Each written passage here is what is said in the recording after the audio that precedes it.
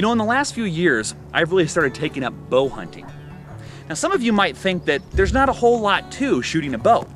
When you put in an arrow, you draw it back, you let the sharp end go forward, what's there to know? Well, the truth of the matter is, the mechanics of bow hunting are quite complex. There are so many little components to what make up an effective shot, and if any one of these components isn't working the way it should, well, that can really mess everything up. First of all, you need to have a clean and serviced bow. The strings need to be tight and without blemish. The nock, or the part where the arrow connects to the string, has to be perfectly set. Your sights must be aimed correctly, and your arrow needs to be straight. Your fletching must be completely sealed to the arrow, and your broadhead cannot be bent.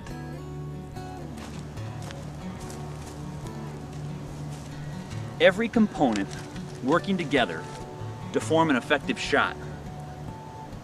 You know, just like the bow, Alternative Missions is made up of several components that lend their hand to the overall success of the organization. And just like the bow, if any one of these components isn't functioning the way it should, the overall organization can suffer. So the real question is, how does Alternative Missions function? The culture of Alternative Missions can be broken down into 4 segments: teams, funding, ministry, and growth. I want to take a moment and help each of you understand how Alternative Missions functions as it relates to these 4 areas.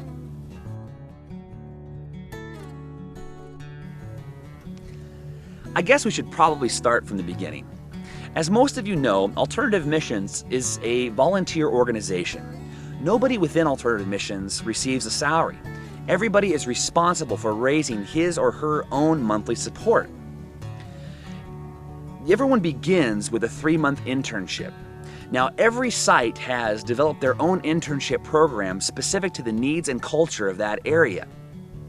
In addition to your reading requirements and meetings, you may be asked to complete some weekly work duties and also help in some various ministry responsibilities.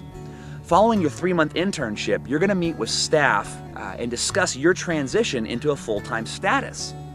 Now, nobody is given full-time responsibilities until they've completed their internship program. Alternative Missions has taken a unique approach to how they do ministry. In some organizations, you might find people being sent out alone by themselves to accomplish a task. Well, in Alternative Missions, we do things differently. We believe fully in the team approach to ministry. That's why at each of our ministry locations, you won't find a solitary individual running and gunning alone, attempting to accomplish ministry goals. Our locations are made up of a team of committed people living life together, working as one to accomplish long-term goals. Each of these teams operate cohesively, founded on 5 principles of success. They trust one another. They engage in unfiltered conflict around ideas. They commit to decisions and plans of action. They hold one another accountable for delivering against those plans.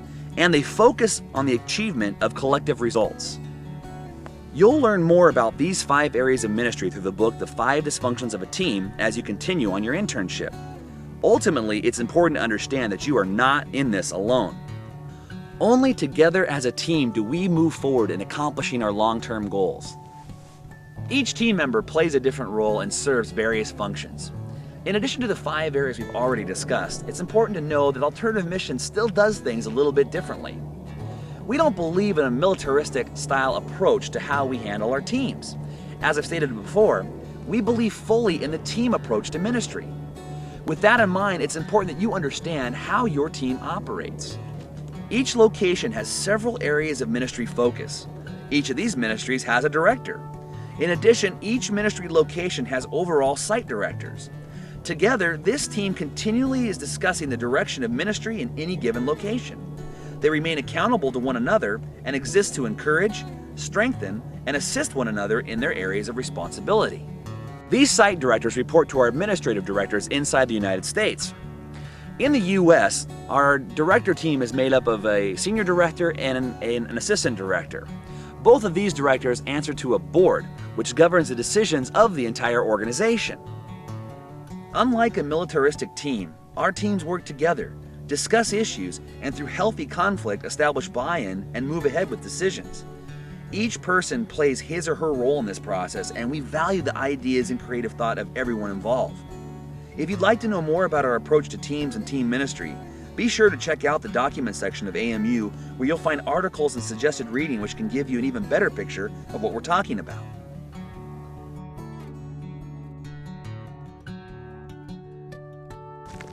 As I've stated before, Alternative Missions is a volunteer organization. Nobody within Alternative Missions receives a salary. Each one of us is responsible for raising our own support. It's important for you to understand how this works and how each and every one of us can do our part to make sure the whole system works. On a personal level, each person needs to establish a budget for themselves and their ministry needs. This will vary from person to person and location to location. A single person serving in Mexico may need to raise less than a family of 4 serving in Costa Rica. It can depend on how they choose to live and what they identify as personal needs while they're on the field. Our staff can assist you in developing an effective budget for you and your ministry. There are many effective and creative ways to raise support for your ministry. Be sure to read Funding Your Ministry, which is found on the required reading list for AMU. This is a great book filled with amazingly effective advice and practical tools that will assist you in your endeavors. Ultimately, as you request support from friends, family, churches, and businesses, these donations need to be sent to Alternative Missions. Be sure to instruct your donors to specify who and what each donation is for. Without this information, it can be very difficult for your support to be processed correctly.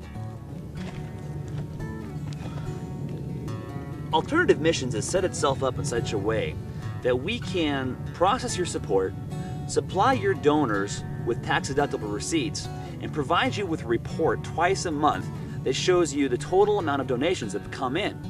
It's important to note that a 5% deduction comes out of every donation that's received.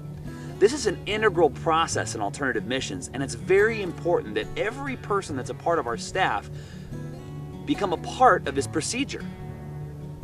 As I said, twice a month you will receive an email from our bookkeeper showing you how much support has arrived for you and who the donation was made by, in addition to a check for the full amount that has been received, less 5%. This report will allow you to track how much has been received and give you the ability to communicate more effectively with your donors. So now that you understand how personal support works, let's talk about funding for each ministry location. You may be looking at the infrastructure of your particular ministry location and wondering where all the money came from to provide for all of this. Well, the answer to that is pretty diverse and sheds a bunch more light on the culture of Alternative Missions.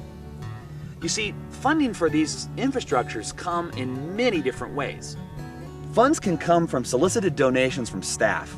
It's important that you do your part in raising funds for the ministry you wish to develop. In this process, you'll also see how raising funds for ministry projects can also strengthen your personal support raising efforts. Funds can also be raised from recruiting and hosting short-term teams. Teams generally raise funds specifically for a project or support of a long-term ministry. Also, through any one short-term team member's experience in your location, they can be inspired to get involved financially in your developing ministry. Finally, funds can be donated by the General Fund of Alternative Missions.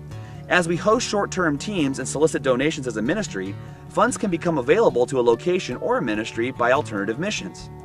Any request that is made to Alternative Missions for a donation to a specific ministry by a team will be subject to review by AAM's Board of Directors. Most important, in order to make a request to Alternative Missions for funds, you must show that you are doing your part to build, fund, maintain, and grow your ministry. Funding is considered only when a team shows that they are committed to the entire process and can show that they are currently working towards funding the particular ministry. Funding is oftentimes looked at as a daunting part of our ministry responsibilities, but in reality, it's an exciting way to get people involved in the Great Commission. Just like our ministry locations, it takes a team of committed people to make things happen. Some will be on the field throwing a hammer. Others will be home providing you with the funds to purchase those nails. So the question is, what are you doing to build an effective ministry team back home and abroad?